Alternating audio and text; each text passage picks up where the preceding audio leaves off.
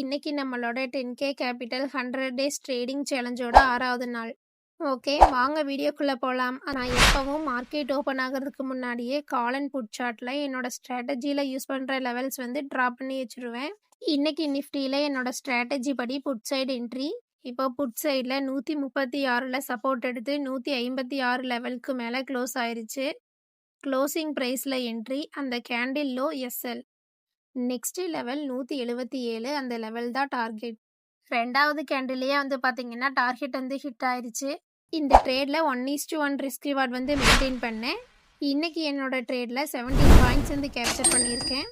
என்னோட ஸ்ட்ராட்டஜியில் ட்ரா பண்ணியிருக்க லெவல்ஸ் படி மார்க்கெட் எப்படி ஒர்க் ஆயிருக்குன்னு பாருங்கள். நாளைக்கு என்னோட ஸ்ட்ராட்டஜி எப்படி ஒர்க் ஆகுதுன்னு பார்க்கலாம்.